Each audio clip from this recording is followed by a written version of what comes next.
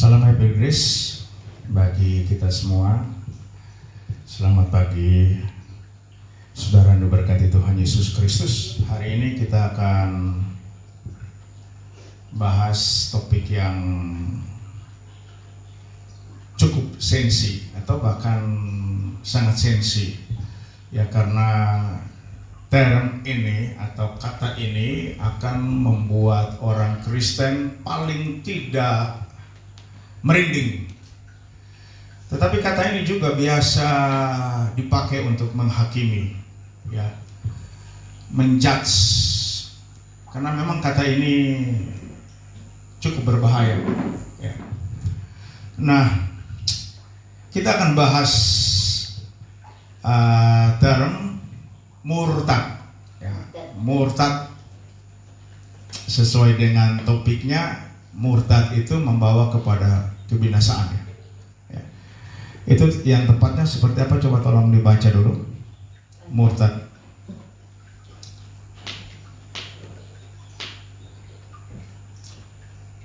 Murtad, ya, binasa kekal karena murtad. Binasa kekal karena murtad.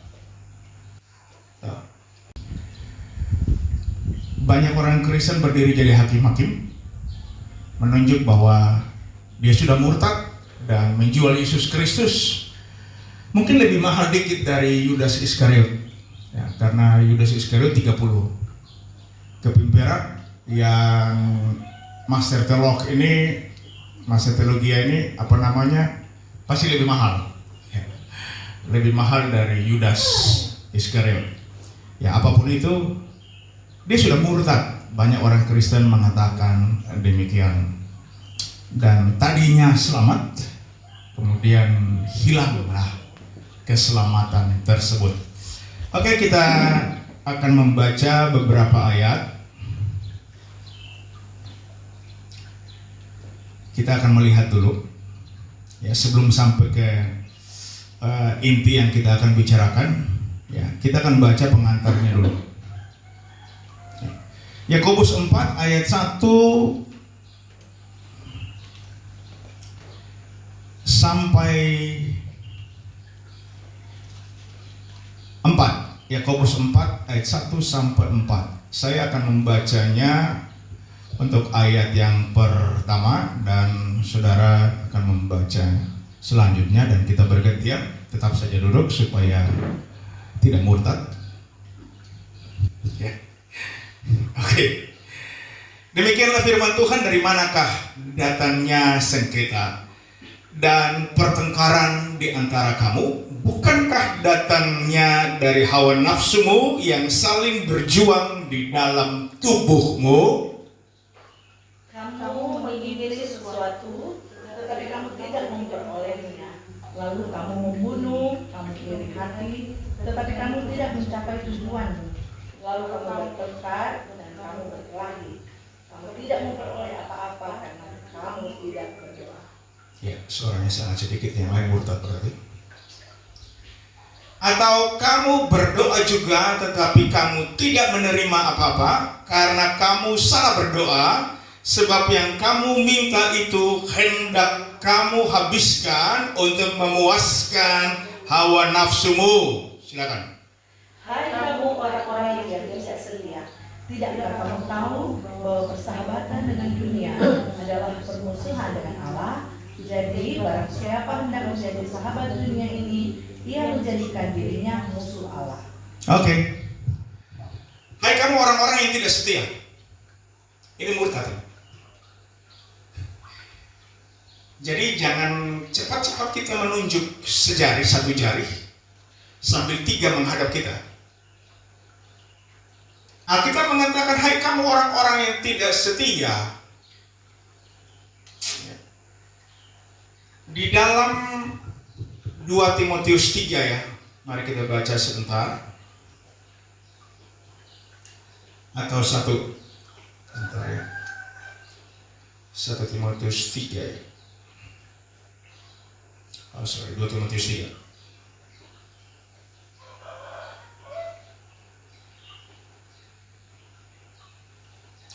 Ketahuilah bahwa pada hari-hari terakhir akan datang masa yang sukar.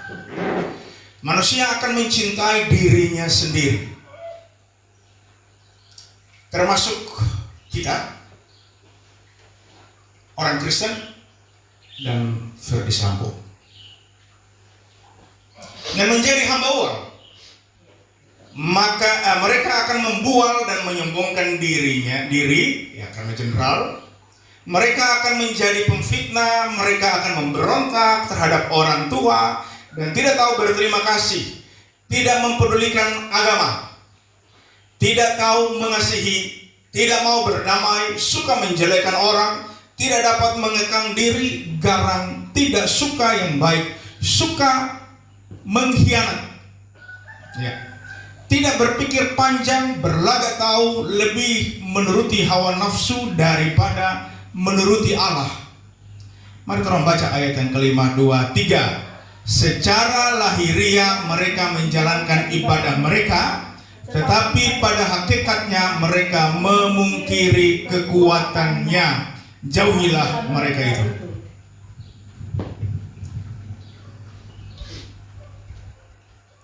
Ini Alkitab mengatakan demikian. Banyak orang tidak peduli dengan ajaran agama, tidak hidup lagi dalam kebenaran. Mereka lebih pentingkan uang dan uang dan uang. Ya. Apa yang dicari orang itu lagu sekolah minggu kan? Pernah kan ada iya, memang begitu. Orang akan jungkir balik, saltohan hanya untuk mengejar uang. Tetapi Alkitab mengatakan dengan memburu uanglah banyak orang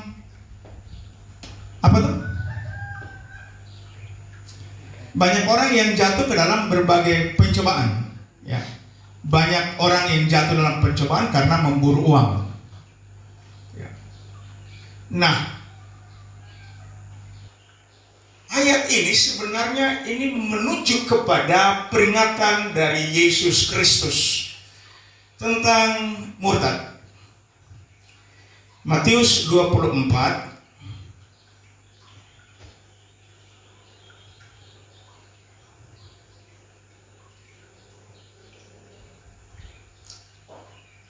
ayat 10. Ya, kalau saudara membaca perikopnya, kalau kita mundur sedikit,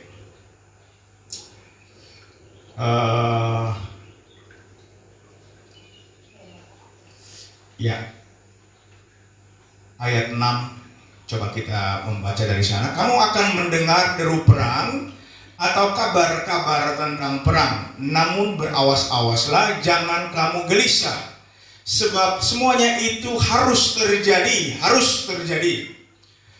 Tetapi itu belum kesudahannya. Sebab bangsa akan bangkit melawan bangsa dan kerajaan melawan kerajaan, akan ada kelaparan dan gempa bumi di berbagai tempat.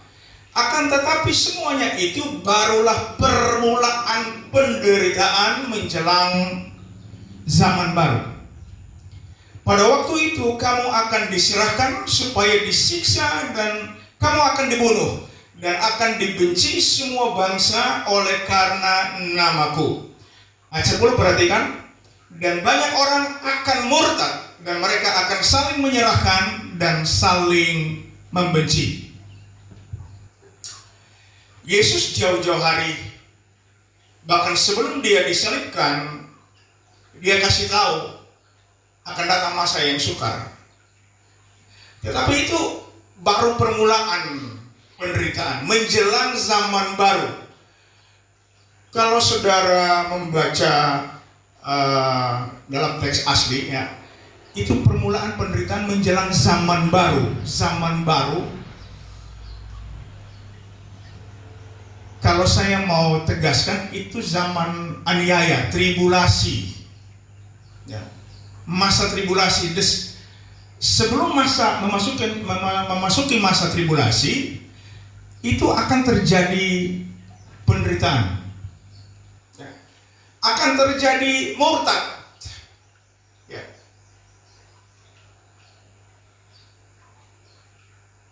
Des Paulus lewat Timotius dikasih tahu bahwa akan datang masa yang sukar.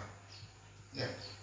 Orang mengejar uang, tidak peduli dengan hidup dalam kekudusan, khotbah dari mimbar hanya berkat dan berkat dan berkat dan berkat.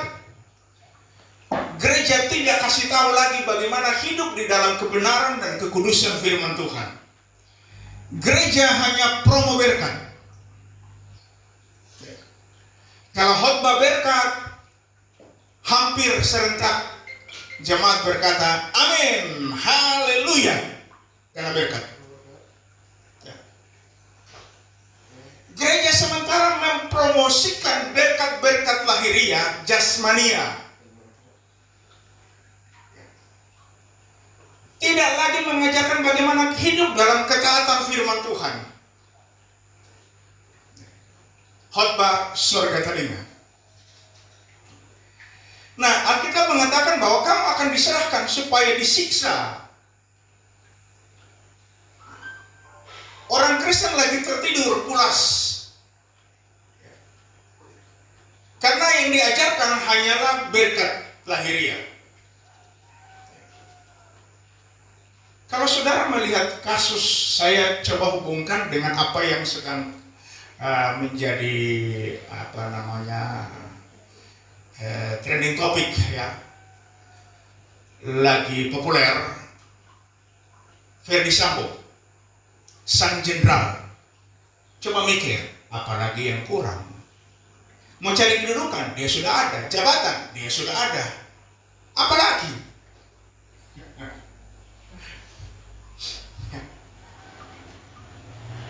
Kemudian dia menduduki bidang yang paling bergengsi di kepolisian. Dia adalah polisinya para polisi, kira-kira begitu. Apalagi yang dikejarnya. Tetapi kalau saudara mengikuti kasus yang sementara heboh-heboh ini, seluruh Indonesia heboh, ya. Saya kurang tahu motifnya kenapa, ya. Masih banyak alasan dan orang berkomentar. Tapi dia telah memakan korban. Alasan apapun itu, ini polisi membunuh polisi. Polisi tidak sabar terhadap polisi. Polisi bilang, jangan main hakim sendiri. Tapi faktanya, polisi main hakim sendiri. Dan ini sangat membuat banyak penegak hukum yang kebingungan, ya. Sakit kepala.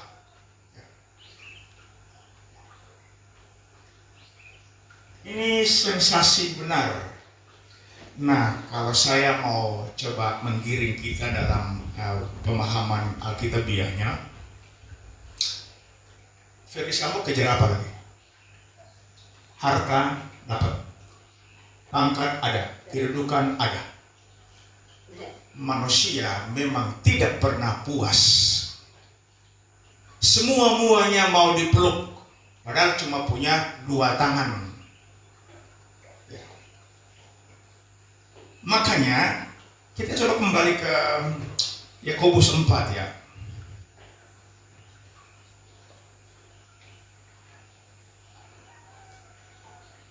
Dari mana kedatangannya sengketa? Ya. Kamu mengingini sesuatu tetapi kamu tidak memperoleh. Lalu kamu membunuh, kamu iri hati, tetapi kamu tidak mau mencapai tujuanmu, lalu kamu bertengkar dan kamu berkelahi. Kamu tidak memperoleh apa-apa karena kamu tidak berdoa. Oh, nyanda berdoa kuat. Ya. Apalagi kalau tetangga yang begini, malas kok ibadah. Bagaimana mau diberkati? Bukankah Alkitab berkata, firman Tuhan berkata, ya, kalau kamu setia dalam beribadah, maka roti dan anggurmu diberkati. Ya kan? Jadi setia kita rajin masuk gereja atau masuk ibadah karena ingin diberkati. Roti dan anggur. Makanya orang berbondong-bondong datang mengejar roti dan anggur. Nah, Alkitab berkata bahwa atau kamu berdoa juga, kamu beribadah juga, tetapi kamu tidak menerima apa-apa karena kamu salah berdoa. Ini salah berdoa. Karena kamu salah berdoa sebab yang kamu minta itu hendak kamu habiskan untuk memuaskan hawa nafsumu. Hai kamu orang-orang yang tidak setia. Luar biasa kan? Surajin masuk gereja, surajin berdoa. Kita masih bilang orang-orang yang tidak setia. Rajin setor muka supaya jangan dibilang kafir. Ya.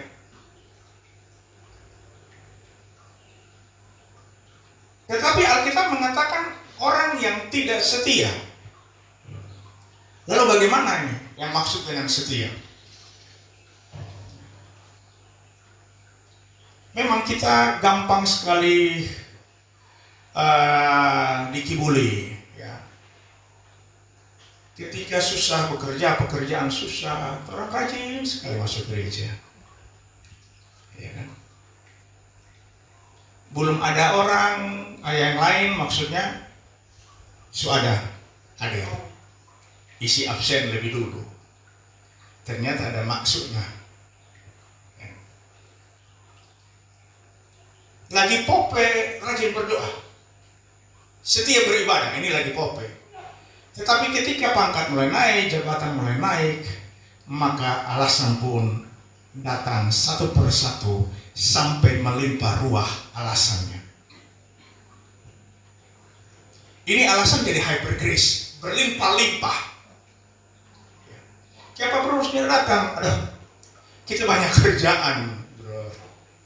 Sorry. Nah, kalau kita coba tarik ya hubungan, ya saya mungkin mendramatisir ya. Tetapi kalau kita lihat latar belakang si jenderal ini, orang Toraja, ya saya bisa katakan bahwa mereka asalnya bukan orang kaya raya. Mulai naik sampai kolonel, mulai ada kedudukan jabatan. Nah, ini masuk gereja itu cuma sekedar isi absensi.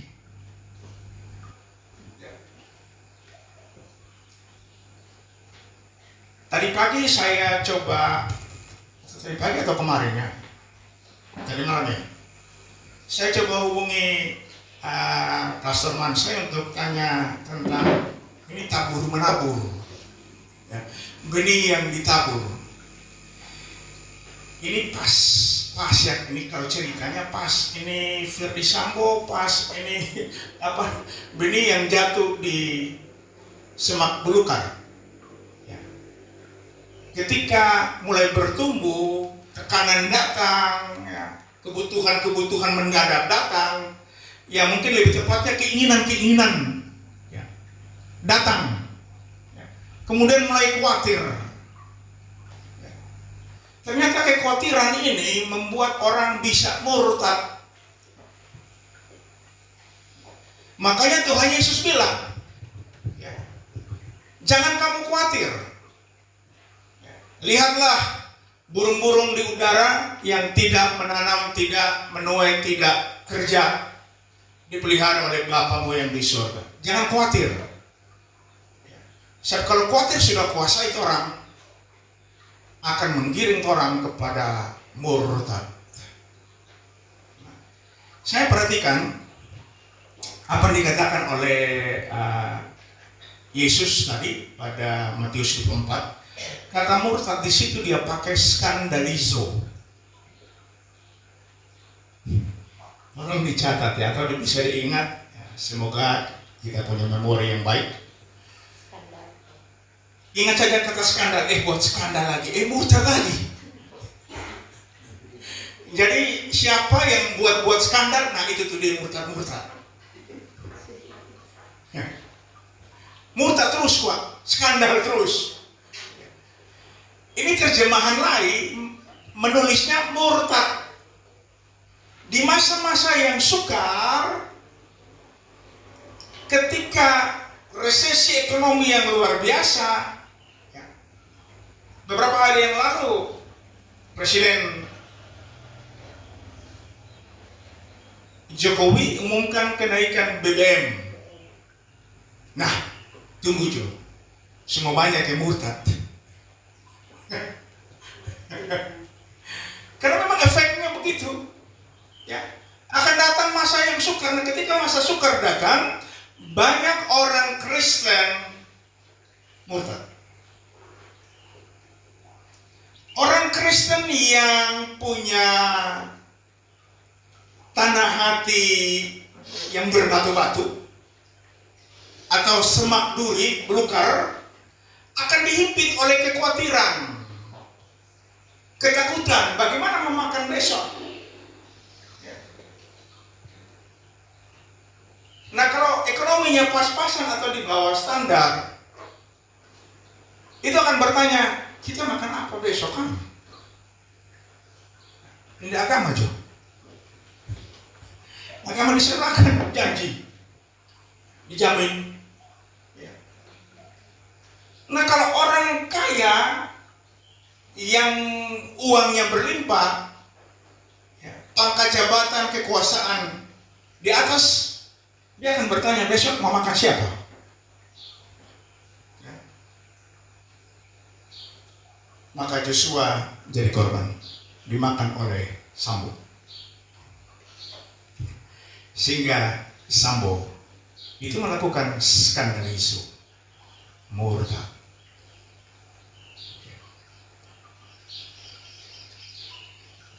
Banyak orang Kristen menunjukkan jarinya ke Sambo. Ya. Dia bertanggung jawab. Dia buat skandal.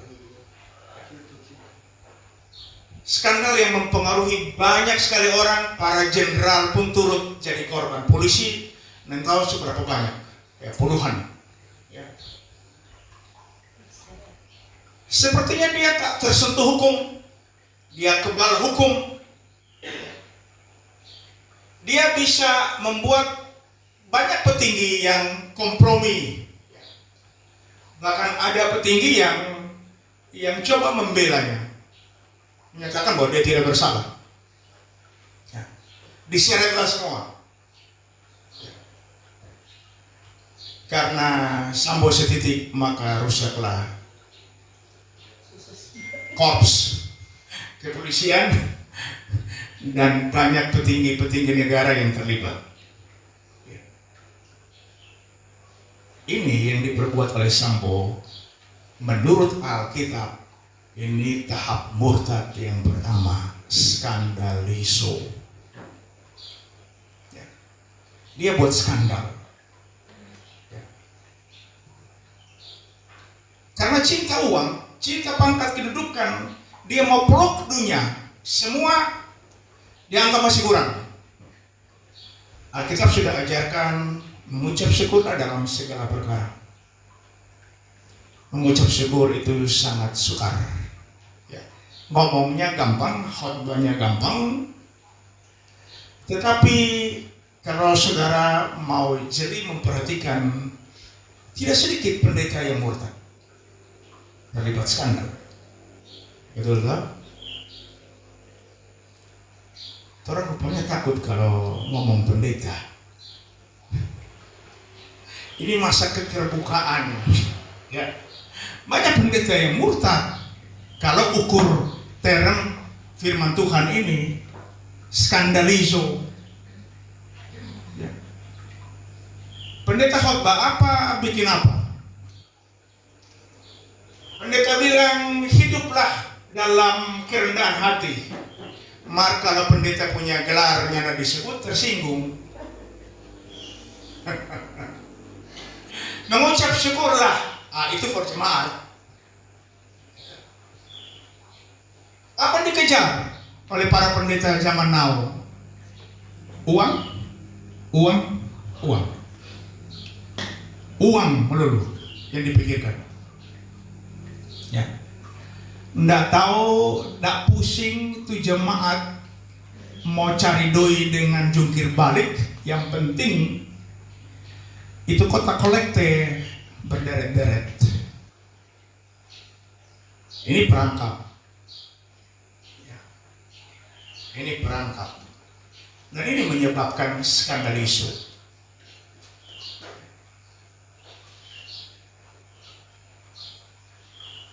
Saya coba berpikir, walaupun susah untuk dimengerti keadaan, kembali lagi kepada Ferdi Sambo, ya, yang Dora Bakushido bilang dia punya kakak dari Amerika akan datang bernegosiasi, namanya Rambo. Ya.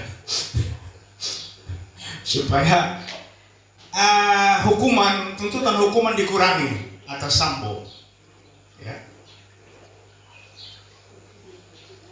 Istrinya nggak tahu lagi nutup-nutupi apa. Ya. Istrinya kayaknya susah untuk dibuat berterus terang.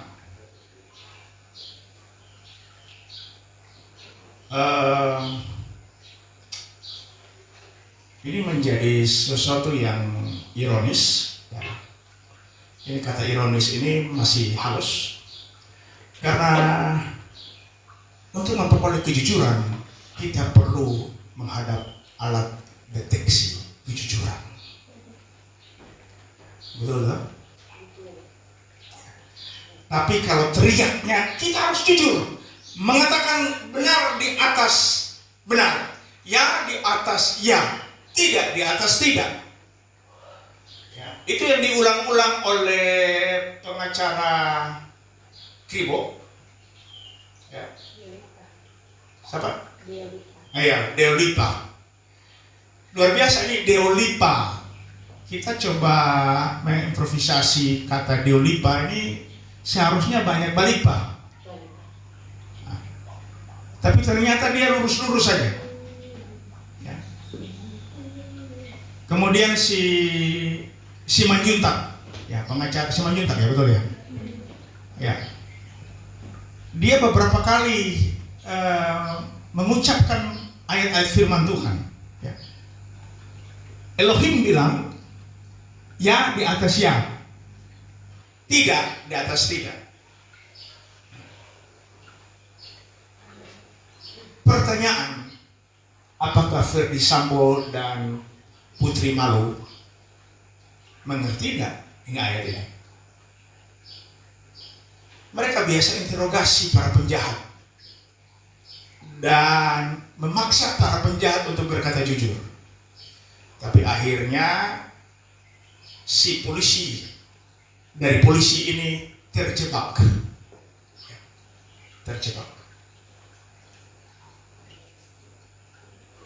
Yang terlibat hampir jadi yang tokoh inti yang terlibat, ya, kalau saudara periksa latar belakangnya itu Kristen.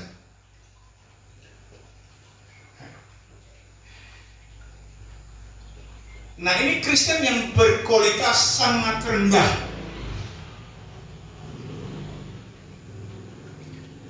Makanya di 1 Korintus 3 kalau saya nggak salah ya, itu ada berapa macam dasar itu?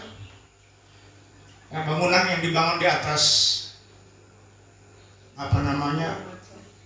batu permata, ada yang emas, ada juga yang cuma di rumput kering. Rumput kering ini, jerami, yang tidak tahan godaan dunia. Ya. Ingat waktu Yesus dicobai oleh si diabolos, terakhir diabolos bilang apa Pak Yesus? Dia bawa Yesus ke atas hubungan bait Allah, bait suci. Kemudian dikasih tunjuk itu kemewahan dunia ini. Ya. Saya coba improvisasi ketika Yesus lihat. Yesus bilang, ya bro, yang bro kasih lihat takut ya, itu cuma fata morgana. Itu hanya ilusi optik. Nah, kagak ini. Iblis kasih lihat semua keindahan dunia. Yesus dalam pikirannya, ya, itu ilusi optik cuma. Ini fata morgana. Kita hanya tertarik. Ya. Maka Yesus menghardik si dia bolos itu. Tetapi Alkitab mengatakan begini. Iblis pergi karena sudah diusir. Iblis pergi. Lalu teks di bawahnya dibilang apa? Ini ada baca Alkitab kan? Dia pergi, itu ringkas dia, yang tahan, dapat usir, ya, dapat usir rupa anjing budak, apa? Anjing kadok, ya.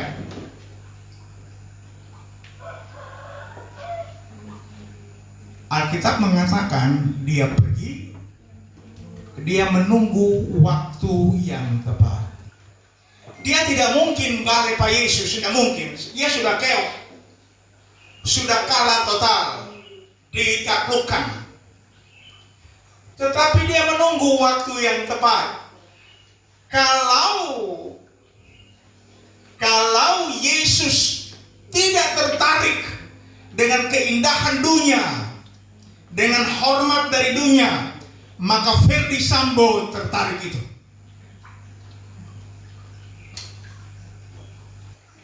Betul tak? Maka ada banyak pengikut Kristus tertarik itu. Tertarik dengan hormat manusia, pangkat jabatan, organisasi, kedudukan manusia. Ya. Memang begitu. Sampai dia masuk ke dalam gereja.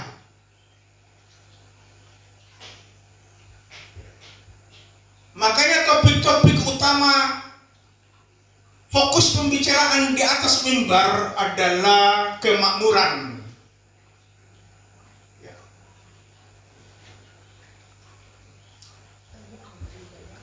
Kalau kita mau ikut yang benar, Yesus kan bilang, barang siapa mengikut aku harus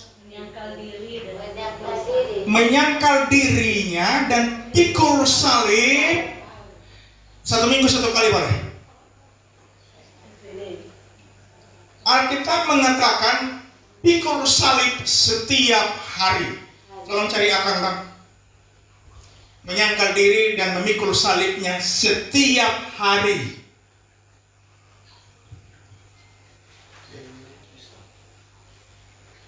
Kenapa?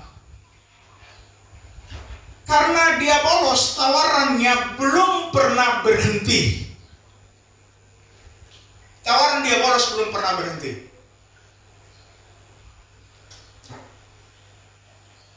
Saya jadi teringat dengan orang punya baca cerita, ya, 4 mata dengan Pastor Mansai.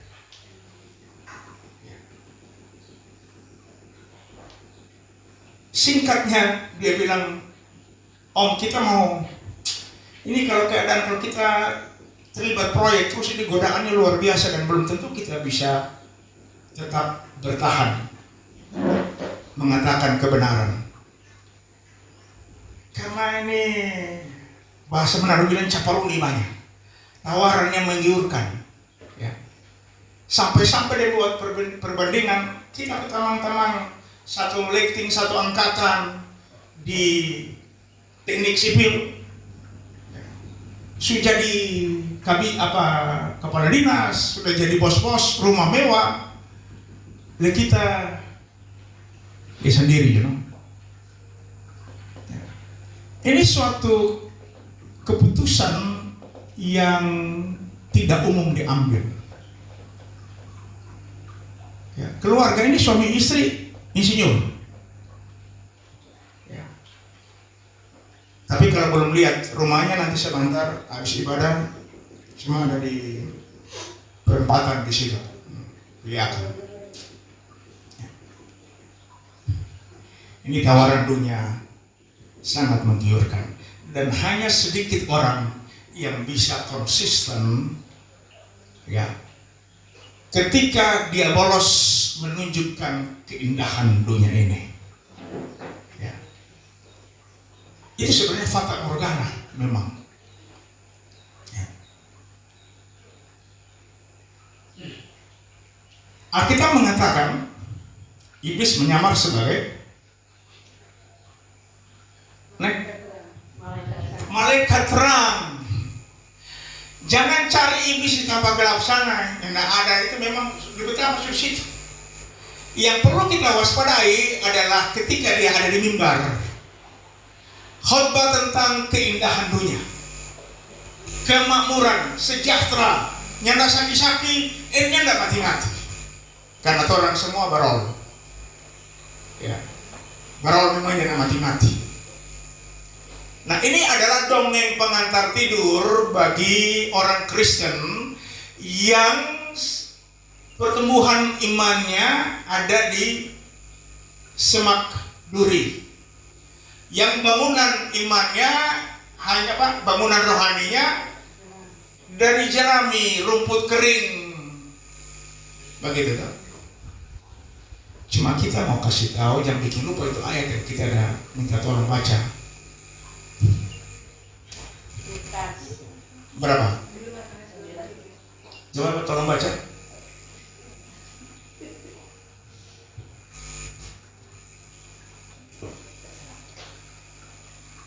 Lukas 9 ayat 23. Katanya kepada mereka semua, setiap orang yang mau mengikut aku, ia harus menyangkal dirinya, memikul salibnya setiap hari, dan mengikut aku. Ya. Setiap orang yang mau mengikut aku, konsekuensi logis Tuhan Yesus mau kasih tahu, dia harus sangkal diri. Bukan kita yang hebat, tetapi Kristus yang hebat. Yohanes Pembaptis yang luar biasa itu, makan minumnya hanya belalang hutan dan madu hutan.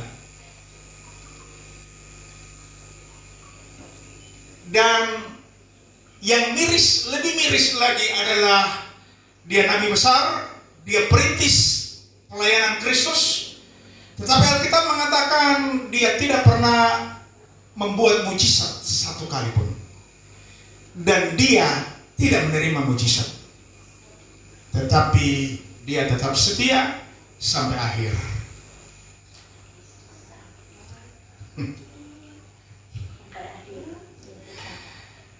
Yohanes Pembaptis berani menegur Herodes di depan banyak orang. Ya. Engkau bersalah mengambil istri dari saudaramu. Ya. Mana pendeta berani sekarang?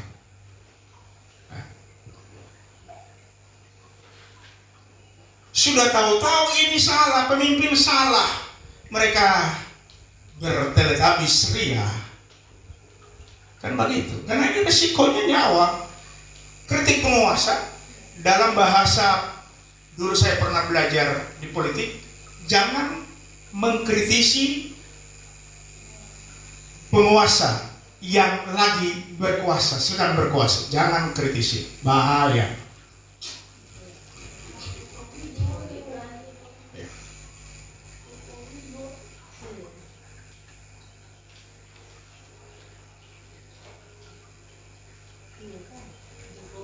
Jadi banyak orang Kristen yang sebenarnya pada dasarnya adalah para murtadin, karena suka buat skandal.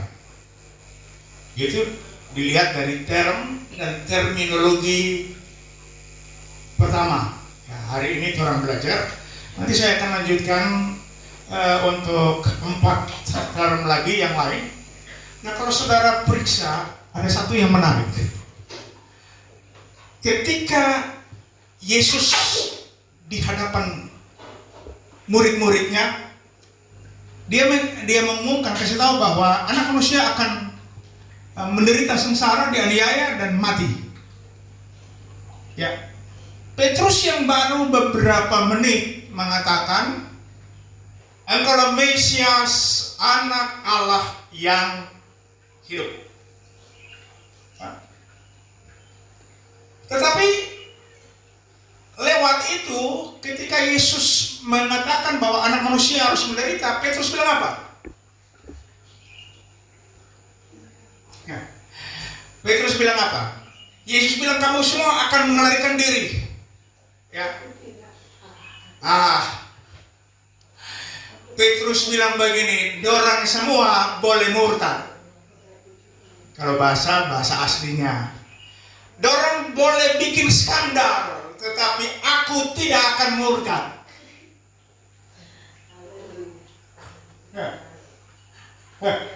Ada 3 kali dia konfirmasi, dia kasih tahu baik-baik bahwa yang model batu ini orang silakan, orang bikin skandal isu boleh, murtad boleh, tapi asli ini, bro, kita murid pertama, ingat ya, Yesus memanggil 12 murid PU yang pertama.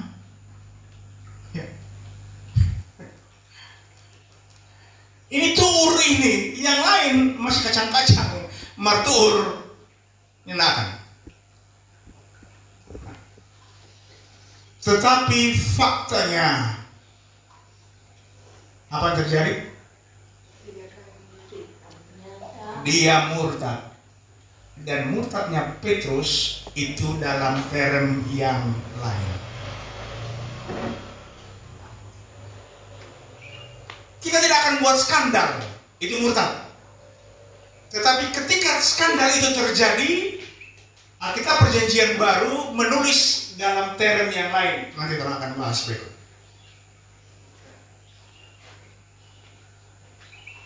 Jadi, mungkin secara permukaan orangnya nggak bikin skandal.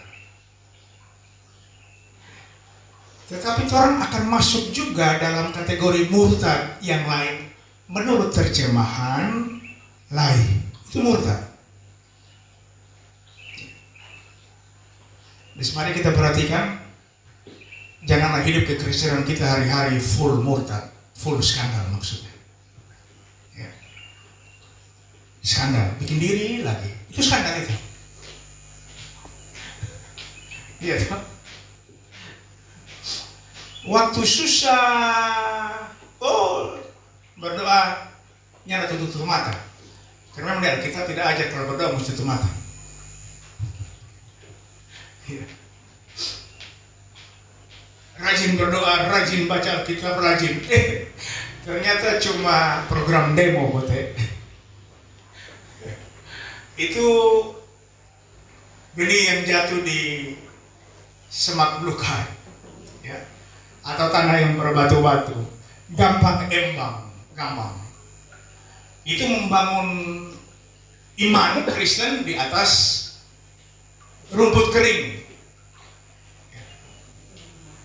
Coba tolong baca dulu di 1 Korintus 3 ayat 11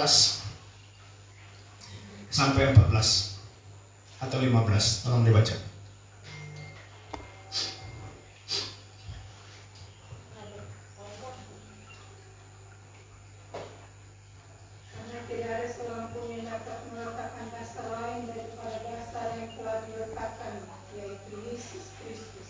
Ya, tidak ada dasar lain dari dasar yang diletakkan. Di dalam Ibrani 11 ayat 1, iman adalah dasar. Ya tak? Iman adalah dasar. Tetapi ingat, kalau iman ini term umum. Karena di luar Kristen juga menggunakan kata iman. Nah, sekarang kita harus mengkerucut lagi. Dasar dari iman Kristen itu hanya Yesus Kristus. Tidak ada dasar yang lain. Tidak ada dasar yang lain. Oke, lanjut. Entahkah orang membangun di atas dasar ini dengan emas, Ya. perak, Ya. batu permata, Ya. kayu, Ya. rumput kering, Amin. jerami. Ya. Satu saat semuanya akan diuji. Kan? Kayu, rumput kering atau jerami. Kalau bangunnya dengan rumput kering atau jerami, ketika tawaran datang, ingat sekali lagi, sang diabolos belum berhenti merayu, menebar pesona, belum pernah. Ya. Dia masih terus menerus menebar pesona. Ya. Makanya kalau saudara perhatikan, kejadian di Taman Eden, Tuhan membuat permusuhan antara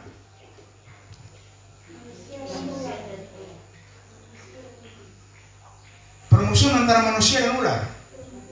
Perempuan, ya memang perempuan termasuk manusia, tetapi ada sesuatu yang luar biasa. Tuhan mengatakan bahwa keturunanmu ular beludak akan meremukan tumit. Saya sudah pernah kasih tahu kan? Tumit berbicara tentang kepangan hidup sehari-hari. Ya kan? Makanya si diabolos datang pertama, dia tawar tuh roti. Perlu makan kan? Puasa, lapar, perlu makan. Nah ini temptation-nya datang, godaan datang. Dia mau teto tuku tumit, dia mau meremukan tumit. Tapi Yesus bilang, manusia hidup bukan cuma karena makan minum roti saja, tetapi dari setiap perkataan firman Tuhan. Ya. Kemudian apa lagi? Dibawa di atas puncak, kemudian dia bilang, kalau benar-benar engkau anak Allah, jatuhkanlah dirimu. Akan banyak jomos yang supranatural ya. Malaikat itu jomos. Akan menatang engkau sehingga kakimu tidak terantuk pada batu. Dan banyak orang Kristen seperti itu. Oh jadi Kristen kok boleh kok? Ya begitu. Sengaja bikin dosa boleh kok, saya selamat. Ya. Nah ini kita terkecoh.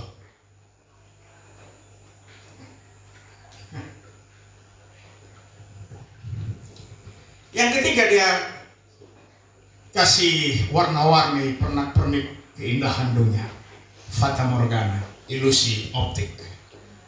Ya. Dan Yesus menghadapnya. Dia pergi dari Yesus dan dia masuk ke dalam organisasi gereja. Yesus tidak butuh, tetapi pengikut-pengikutnya banyak yang butuh.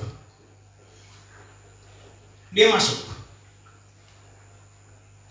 Makanya Alkitab bilang di 1 Petrus 5 ya, kalau saya nggak salah, tolong dibaca dulu.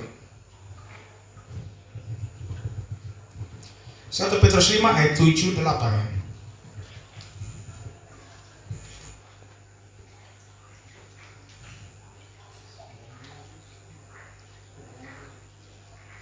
Serahkanlah segala kekhawatiran kepadanya. Perhatikan baik-baik, serahkanlah kekhawatiran.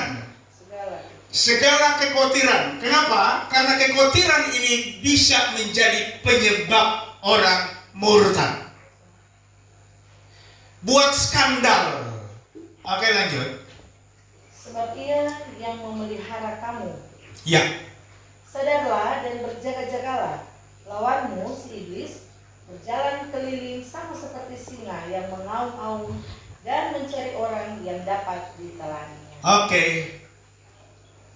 Lawanmu si diabolos jalan keliling puter-puter cari orang yang dapat digodanya, yang dapat dibujuknya untuk makan umpan, makan roti, kemudian menerima keindahan dunia. Yesus tolak memang, tetapi anak-anaknya sepertinya kalau ditawarkan terperangkap. Makanya Paulus bilang, Lawanmu iblis seperti malaikat terang. Sorry. Ya.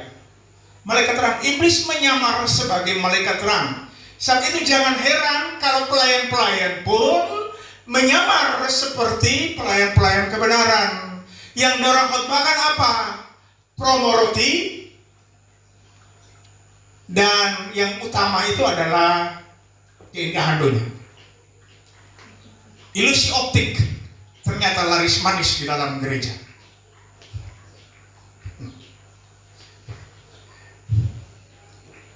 Orang tidak peduli lagi dengan hidup dalam kekudusan. Dorong tangkap pertama di pemimpin, para pendeta tangkap. Kalau pendeta sudah tertangkap, jemaat gampang mengatur. Kalau pendetanya sudah bisa jadi corong promosi hedonisme, maka jemaat gampang. Ya. Makanya Alkitab berikan kita fokus pertempuran.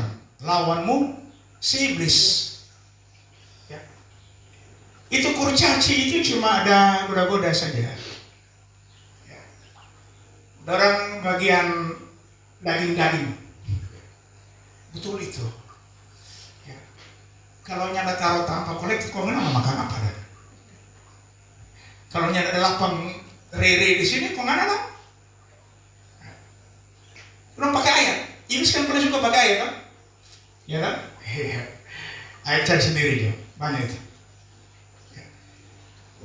Sang dia bolos. Dia memanipulasi firman Tuhan. Dia tidak mencari kata-kata bijak di luar, nyanda. Dia tidak perlu si yang penasihat ajaib yang nyanda ada.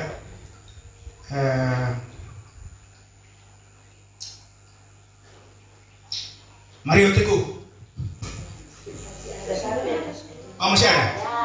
Oh, karena mungkin kita cuma nonton TV jadi. Oh, nggak Pak. Ya. Nonton ke televisi nonton.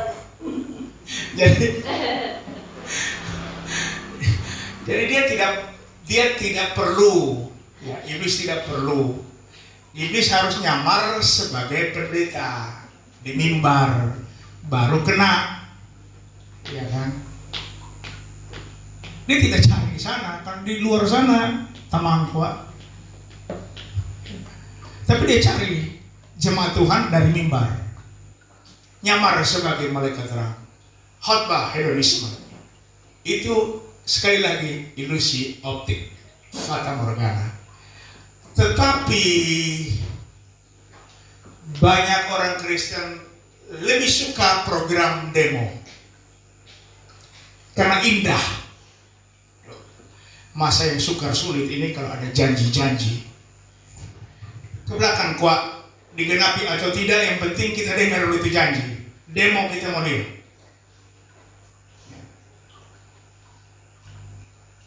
Nah, sehingga kita masuk perangkap skandal liso. Ya. Saya percaya bahwa setiap kebenaran firman Tuhan yang disampaikan, Alkitab mengatakan bahwa barang siapa yang kau kasihi, kau tegur dan kau hajar. Supaya kita jangan masuk perangkap. Ya. Karena program demo itu nampak perfect. Indah, menarik hati. Setelah masuk ternyata beda dengan fakta. Ya. Ya, inilah kebenaran yang dapat saya sampaikan. Sekali lagi masih ada 4 topik ya tentang murtad. Murtad yang mana yang akhirnya membawa kepada kebinasaan? Apakah murtad yang membawa kebinasaan itu dapat dilakukan oleh para pengikut Kristus? Ya kan? Apa tadi dia punya topik? Topiknya apa? Tolong lihat dulu. Saya Lupa. murtad. Iya. Binasa kekal karena murtad. Binasa kekal karena murtad. Ini nampaknya kontraindikasi dengan apa yang dikerjakan oleh Yesus Kristus. Sudah diselesaikan. Tetelestai. Kristus memberikan keselamatan kekal kepada kita. Tetapi ada banyak kesimpang siuran dalam pemahaman teologi Kristen, khususnya dengan term murtad. Sehingga orang Kristen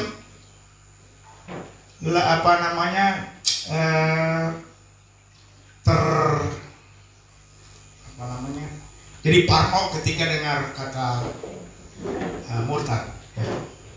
Saya pernah ikut jadi tim panitia KTR Pendeta Gilbert di lapangan Konesario beberapa puluh tahun yang lalu. Dan selesai khotbah ada ajakan untuk dibaptis. Kemudian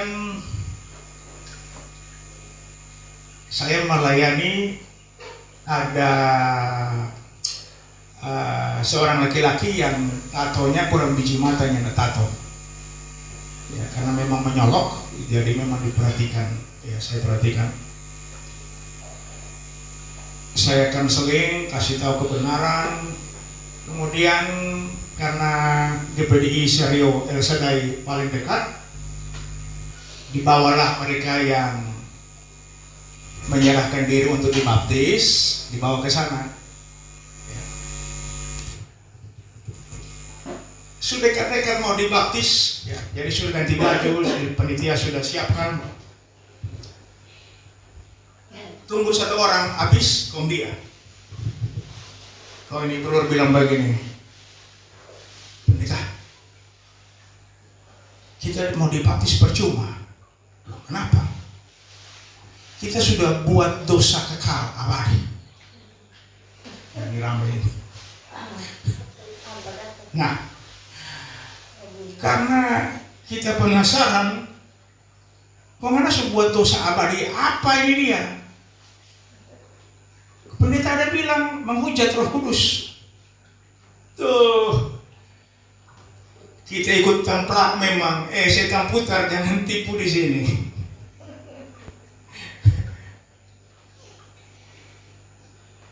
Tapi orang biasa tertipu. Kita tanya balik, yang suruh ngana baptis, siapa yang suruh? Gilbert? Oh, Tuhan yang suruh. Kita ambil keputusan, Tuhan yang suruh. Oh, jadi sebenarnya mana dengar pesaparan? Pak Tuhan atau Pak Setan? Nah. Kok jadi bagaimana kan? Kita sudah menghujat, sudah berkata-kata yang Salah. kita kasih tahu bahwa ketika Nana ambil keputusan, Nana sendiri mengaku bahwa itu karena Tuhan yang menggerakkan Yesus Kristus bikin John. Nggak usah dengar dan itu bisikan putar balik semua. Ya. Jadi singkatnya, memang kita bilang mesti rampas. Ya, kita tidak memberi peluang bagi diabolos untuk bermain di kepala. Ya. Jadi kita suruh masuk, memimpin yang baptis. Ya. Habis penaik dari air keluar, kami tujuh pelungkung. Tabagi ngana iblis, hampir ngana dapat apa kita.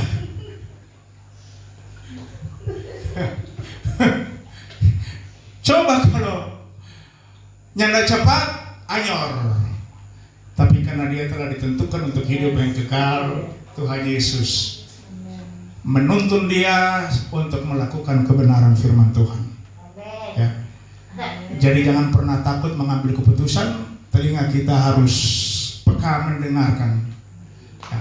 Sebab kita mengatakan semua yang benar pikirkanlah semuanya itu. Ya. Kebenaran itu adalah kebenaran Kristus. Maka semua yang benar, pikirkanlah semuanya itu. Tuhan Yesus memberkati. Bila ada pertanyaan tentang skandal, silakan.